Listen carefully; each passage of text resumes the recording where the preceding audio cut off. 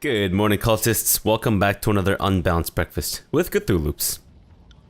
Let's continue on as Charnel in our game of Tyranny. We just leveled up. We enacted the Edict of Fire around our mountain spire, I guess. And we're just, I guess, cleaning up or mopping up the remaining people that are around our base. And instead of raising up my vitality, why don't I put some into might? Do a little bit of damage while I'm at it, you know? In terms of talents, what do I want? Do I want Bandolier? I don't think I need more quick items. Let's,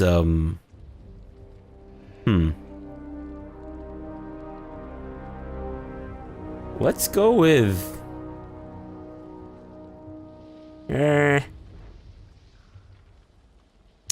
Heavy guard? I guess? Or yeah, no, let's go with one-handed mastery, level 3. Fantastic. What else were we doing? Are we just... I guess we're just going around? You know, looking for people to kill? It works for me. Take that camping supply? No? Okay, never mind. Do we go back? Is that it? We just... Yeah, you know, we killed a small band of people outside and I guess we'll call it a day. Really? Come on, man. I'm the Archon of Spires, man. Sorry, can't. Fine. I guess we're just going back upstairs. Seems a little uneventful. But I'm hoping there's more to it. Oh. Shocked and demoralized by your display of power, and the ease with which you dispatch their leader, the Scarlet Chorus fighters lose their nerve and scatter in defeat. The survivors carry with them fearful murmurs of the powerful Archon Charnel, a being of enormous might who can cast an edict with the same authority as the Overlord. Confusion sets in across the realm. Amid the whispers and misinformation, one fact remains consistent. The Overlord's power has been challenged. You safely assume that rumors are making their way back to Kyros. Sweat stings your eyes as your edict bathed your spire in oppressive heat. Its weight felt everywhere in the valley. Slowly the temperature wanes, turning from nearly unbearable to almost tolerable. Over the next few days, the extreme heat eventually dissipates as your edict ends, releasing Vendrian's well from its molten grasp. You gather a small council of your closest allies and plan your next steps from the safety of your spire. No sooner do you get started than Callio, Fatebinder of Tunon, pays a visit bearing an important message. What could it be? Tunon? Are you on my side? What's happening here? I keep hearing about this little spire you've been calling your own. Nodding with a smirk, Fatebinder Callio appears over the edge of the tower. Now that you've slaughtered those who would take your lands, I think your claim is as official as it gets. Nice to see you, but how'd you get up here? Isn't it obvious? Callio shakes her head with an agitated scowl. The bigger question is, how did you do the most convincing impression of the Overlord Terratus has ever seen? No one's entirely sure what to make of you these days, Charnel. They all say you spoke an Edict of Fire, not a proclamation of an Edict of Kyros, but your own Edict of Fire, your own mystic conflagration. You're no mere Fatebinder, of that much we can be certain. You've proclaimed and broken the Overlord's edicts perhaps one too many times. If I'd known you could do this when I first met you, I'd maybe have tried in earnest to kill you. I hope for the sake of Terratus that the right person has inherited this gift. I don't know what to make of you, Fatebinder. Proclaiming and breaking the Overlord's magic, claiming these awful towers. It should come as no surprise that an edict is within your grasp, but I could still find room for surprise. But I still find room for surprise? What? You're powerful in ways that gang bosses and mages aren't. You commanded this place to do your bidding and unleash something incredible on the world. That isn't the work of a Fatebinder. If anything, It's the work of an Archon. Beast Woman will follow Alpha from here to ends of Tier lands and farther still. While Pawpaw prowl deep into cold north, hunting armies of Kyros at Alpha site. Together, Shadowhunter and Alpha will slaughter whole of Prima's tribe. I don't have any idea how you're able to do this, but it isn't power that any scholar can wield. This is something else. You're not some ambitious hedge mage who learned it out of a book. You're more like an Archon, where it just comes naturally. She shakes her head with a grin. I always knew you'd be a delightful bit of trouble, but I didn't think you had a touch of the Overlord's power in you. Why didn't you tell me? Well, I genuinely didn't know I had it in me. You didn't know if it would work and you decided to play with the arcane equivalent of a mountain tipping over? My confidence in you swells, Fatebinder. It's only natural to have doubted yourself. The edicts have always been the magic of Kyros and Kyros alone. Anyone claiming to be able to cast an edict would be presumed crazy, and yet a sane man watching what you just did would see the power of the Overlord in your voice. Curious, she taps her chin in thought, looking at you head to toe. Suppose you've no reason to play the fool. I'll say that however it is you came into power, know that you've drawn the attention of the Overlord, so congratulations, I think? I come bearing orders direct from the Overlord. Callio clears her throat, her voice becoming somber and severe. Kyros has decreed two things. First, the Overlord has demanded that one and only one Archon is fit to rule the tiers. To that end, the Archons are to settle through death or dominance who is the one Archon fit to inherit the tiers. So the Overlord wants even more civil war? Oh, it gets better than that. With a smile, she tosses a bit of metal your way, and when it's in your hand, you recognize it as a small brooch in the style of Kyros' insignia. Kyros has decreed you are the newest Archon. Fatebinder Callio bows with an exaggerated flourish. So the other Archons now have orders to control you, or control or destroy you, and the other way around. Her face becomes a beaming smile. See? This is why I try to avoid getting Kyros' attention.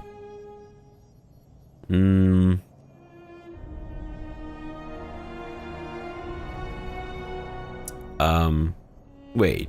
Now I'm an Archon? I issued an edict. I think that makes me more than an Archon. By definition, an Archon is someone who generates magic from themselves and doesn't channel the power of others. Since I assume you cast the edict without reading the prepared word of Kyros, or otherwise, why the fuss? Archon isn't fully incorrect for what you are, but I would agree, your power is far beyond the mastery of shadows, or ice, or talking to trees, or whatever other powers Archon have shown throughout the ages. Consider for a second the greater mystery is not why you're being considered an Archon. It's why you're being allowed a chance to live. All I know is that the Overlord rarely improvises. Okay?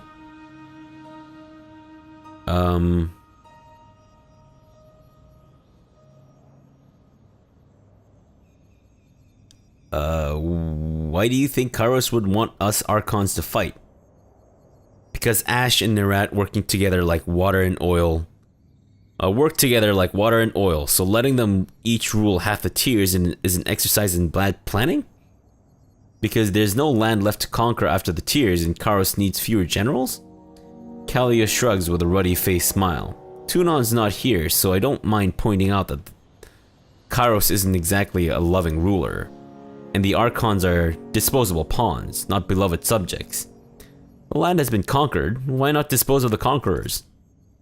And I would further speculate that Kyros hates all of the Archons equally, and so instead of nominating all but one for destruction, the Archon is willing to let the strongest earn the right to exist.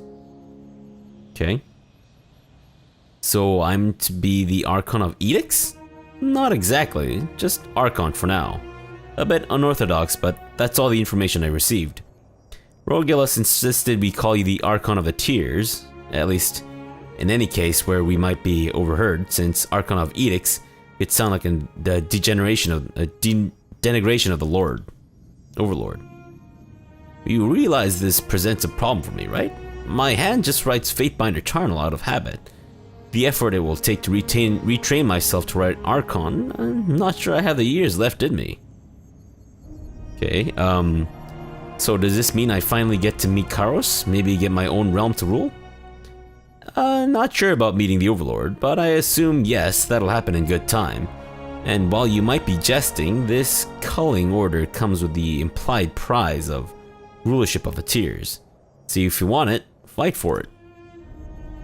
Alpha has become newest Archon, is so revered by humans, has earned new title of strength. Okay. I've heard enough. And I know what comes next. The other Archons will bend to my will or die.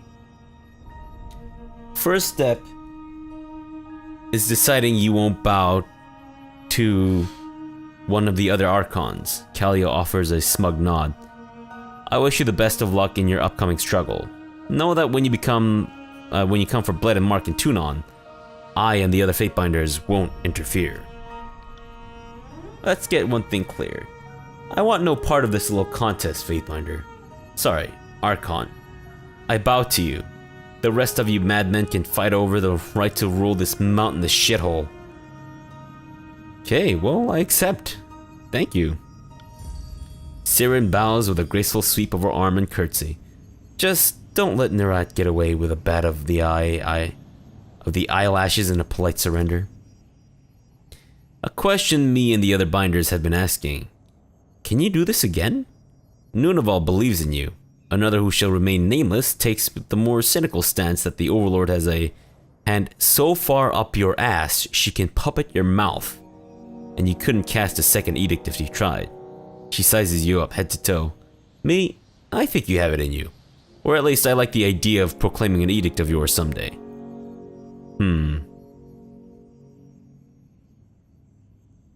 Let's see. I think we should maybe go after the voices of Nerat. I have something in mind for the voices of Nerat. I'll issue you an edict upon cacophony of the Stone Sea. Oh, the tears are about to get a lot more interesting with that attitude. Callio nods with a satisfied grin, rubbing her belly. I can taste their lamentations already.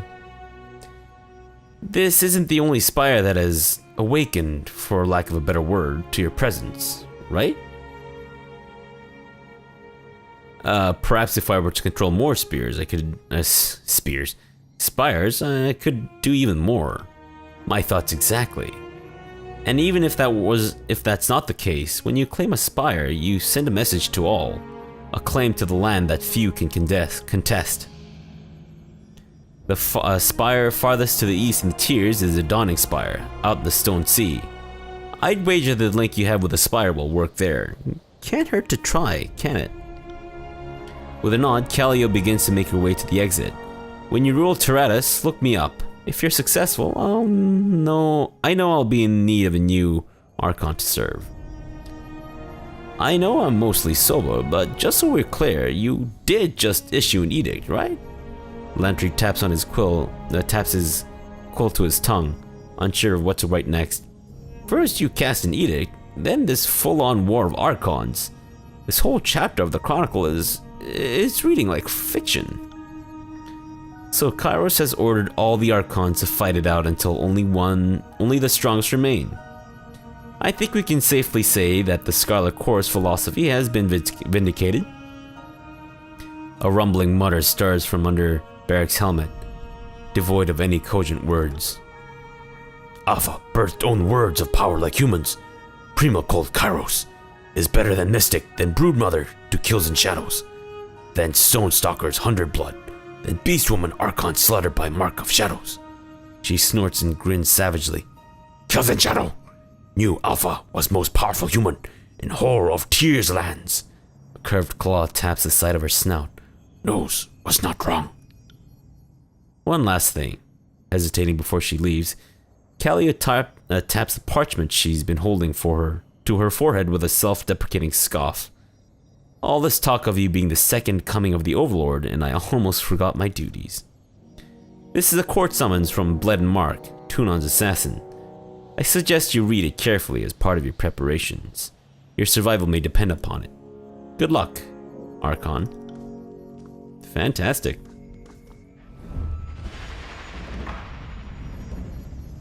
Alright, now Siren has a new loyalty song, it seems. Song of Benediction.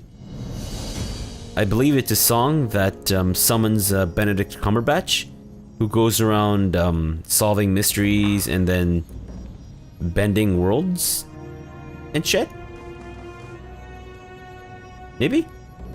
We have a new missive. Okay. There's something unusual about the ink in this missive, but let's read it in its entirety first. Kid, I have to say, you never did play by the rules, but now you've ceased even pretending to serve the Overlord, to which the educator is not amused. Unfortunately, the chaos you have wrought in the casting an unsanctioned edict hinders our campaign in the tiers and weakens belief in the Overlord. You will at once come to our court, largely to offer penance for threatening Kyros' rule to the tiers, but do not fear. Tunon will preside without bias and order me to execute a sentence that is fair in the eyes of the law, and only if you are found guilty at the trial. But I can promise you this, if you want to live, it would be unwise to ignore his summons. If and when you first wish to speak with the other Archons to beg mercy, we will not prevent you. But we would encourage you to refrain. At our behest, the voices of Nerat and Graven Ash are also weighing the consequences of your bald-faced rebellion. Something unusual about the ink on this missive. Let's hold the missive over candlelight. Kid, have to say, you never cease to amuse. Fortunately, you have become too large of a threat. Tunon will order me to execute you at the trial. If you want to live, ignore his summons and first speak with me at Ashweald. Mark. Okay. Let's accept his advice, I guess? Sure. Should we have burned the missive? We should have probably burned the missive. That's okay. Possibly?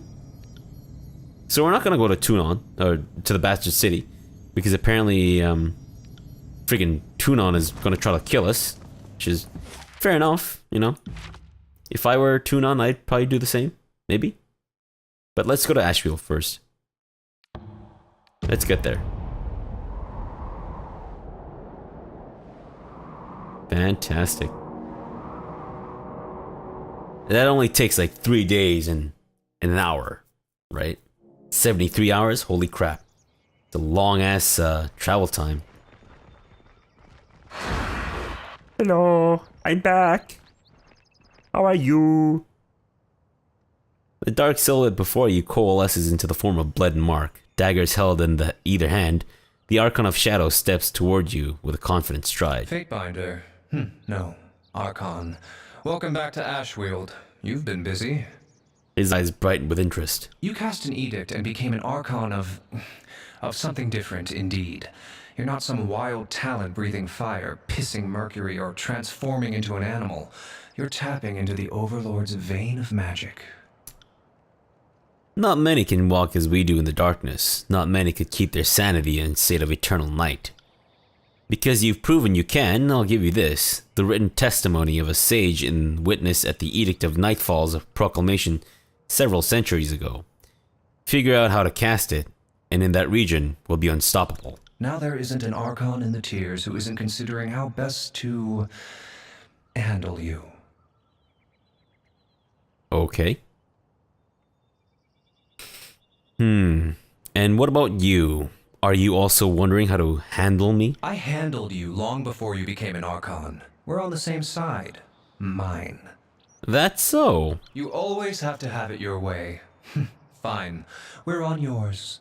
The point is, I'm not the Archon you should be worried about next.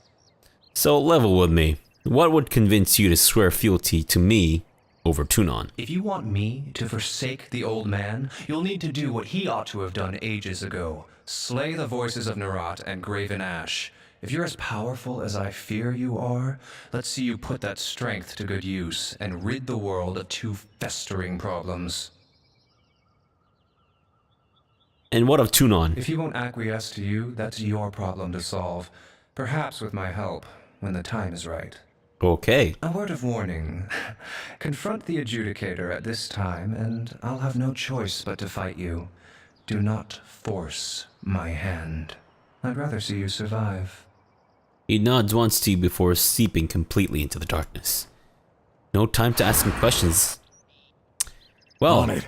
I guess he's learned that I'm going to completely overwhelm him with questions constantly, so... man, I don't have the slept well bonus. So what do we want to do first? Do we want to go to the Dawning Spire? I think that might be a good idea. Let's go to the Dawning Spire. If we can. No, we don't need to go that way. Dawning Spire? Howling Rock. Let's do it. 5 days and 2 hours. Holy crap. So we're going to the Ocean Spire. Teleport to the Aurora Spire. Make our way over to the Dawning Spire. Fantastic. Love this method of travel. I suppose it could be worse. Well, possibly? I just hope we get some combat in this episode. Oh, look at that. Yes, extract the crystal. Thank you very much. What is this? Bronze dagger? Fantastic. What is that? Wow, well, we were herbalist's mitts? Well then. Okay. Yeah, looks like Lantry, you got something new to use there. What? What are you? Okay. Oh, right, omnipotent. It gives him, what does it give him again? Plus 10 to all magic skills. That's actually pretty significant, so I'm gonna hold on to that. That's another Sage's Robes, right? Same thing? Figures. Damn it. Is there really nothing we can give Siren over here that doesn't make her look like she's wearing a dumpy ass piece of crap? I guess not. I mean, she doesn't really get attacked that often, so I think it's okay. Alright. Earthshaker's Robes. Siren? Maybe? You know what? Not bad. I mean, it could be worse. Could be worse. And it does give her a bit of a stat boost, I think, so let's go with that one. I guess we're good. Okay, sure. What if we don't have those athletics? Do we just jump down and take damage or something? Like, what happens? What are my options? I'd like to know. But in the meantime, let's satisfy our curiosity with some more looting. Fantastic. Torn leather spalder. Guys need to take better care of your items, please. I don't want to have to loot some broken ass shit. I don't know what all this extraction of crystals is doing, to be perfectly honest with you. But, I'm hoping it'll lead to something? I'm just tearing crystals left and right. Honestly, it's just... It's like I've got nothing better to do than to just extract crystals with my naked supple body. What do we do here? Can anyone... Yeah, we can. I don't know why that was so difficult to click. I'm assuming we're discovering some secret places? Okay. Oh, look at that. Got some camping stuff here. This camp is typical of Stone Sea explorers. Many travel from all corners of the tiers in search of unclaimed treasures from the now defunct kingdom of Azure. Well, very cool. This is interesting. Bounding bolts. We don't have enough floor. Lantry should though. There you go. And learn that as well. Fantastic. Wow, we have a lot of like magics now. Except I'm still not entirely sure how to properly use them and maintain them and all that stuff. I think I have a general idea, and I might look into some more spell creation stuff in between episodes, so I'm not boring you reading all through these stats and shit. How the hell did those deer get up there? Are they like descended from mountain goats or something? Because if that's the case, that makes a lot of sense.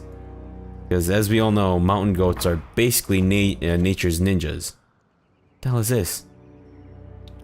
Charred kindling? Plus 10 to fire for armor.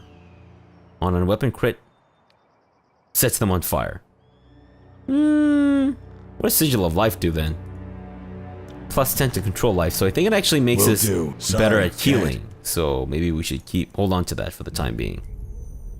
I guess we go down this way? How do we get there? Do we just walk over this? Because that looks deceptively not like a place that we can actually traverse. But so be it. Siren, maybe you'd like this Earthshaker staff? And the rest we'll put into, you know, spare inventory and whatever. What's this humming I hear? It's a little creepy, not gonna lie. It's a shitload of dead people all around this place. Which, should make her for fine fertilizer. Scarlet Course leather armor? Fantastic. Here you go, Verse. Wear some leather armor that apparently doesn't really cover you all that well. Whoa. That was completely unexpected. I thought she'd have this white shirt on, which is why I took off her armor. It's not like I was trying to, you know, peek or anything. Guys, please, believe me. Whatever. I don't need you guys to believe me. I know the truth. The truth was that I am a pervert. Never mind. That argument doesn't hold. Why is everyone dead, though? Who killed them? It's a mystery.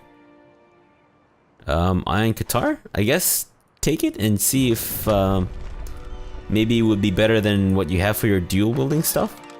Whoa! That looks pretty cool. Except it's not. Fantastic.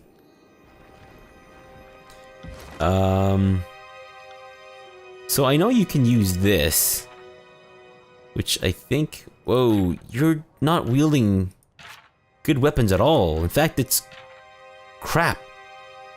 Entertainer though. Oh, plus 15 performer skill.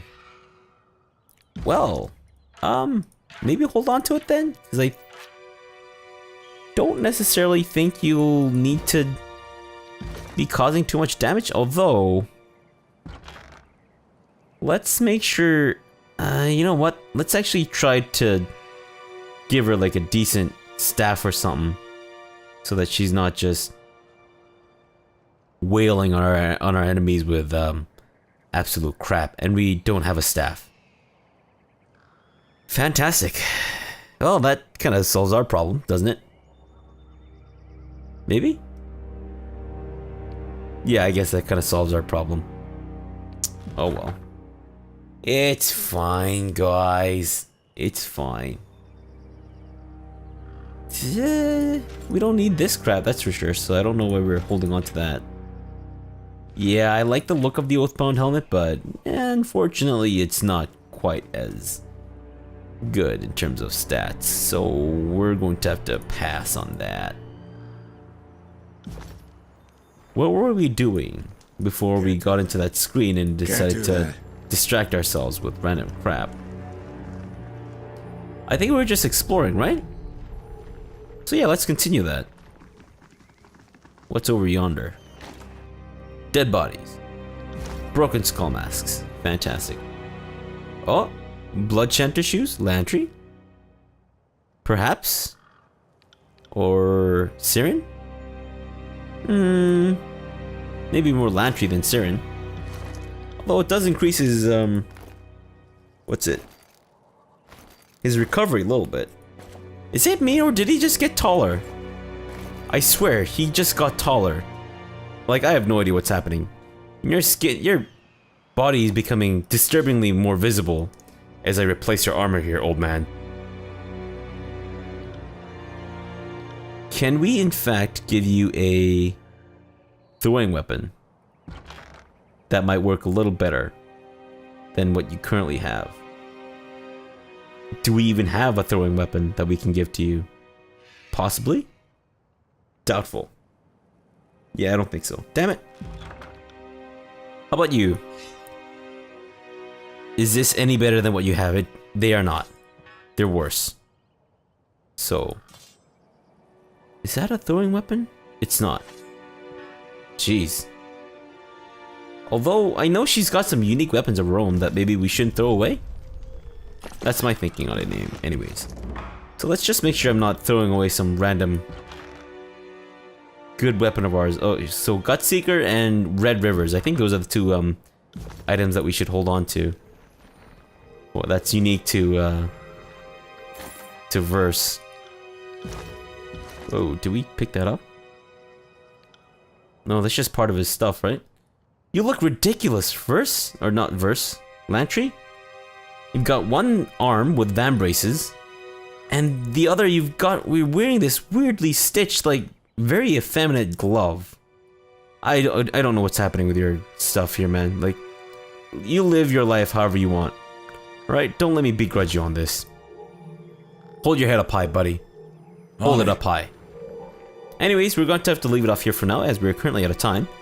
But we'll be back tomorrow for some more Tyranny, so please join me again there. Or join me then, I guess. So, thanks for watching, and have a good breakfast.